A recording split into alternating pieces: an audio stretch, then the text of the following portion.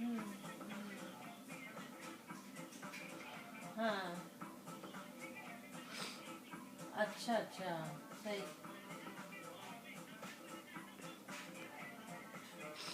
हाँ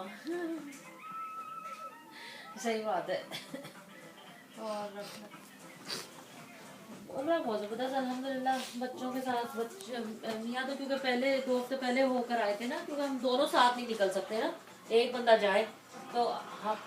हाँ तो बस एग्जैक्टली exactly, बिल्कुल वही ना। तो बस अभी पहले मियाँ होकर आए, फिर उसके उनके 2 हफ्ते के बाद फिर हम लोग गए।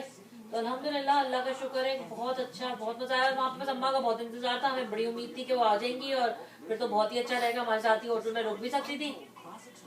बस वो उस वक्त, हाँ क्योंकि हुआ ये कि नुमान की कोई मसरूफियत आ गई ना, वरना पहले प्रोग्राम यही था। पहले तो हमने किया है 4 5 6 7, हम वहाँ पे थे ना, तो अम्मा का पहले यही प्रोग्राम था कि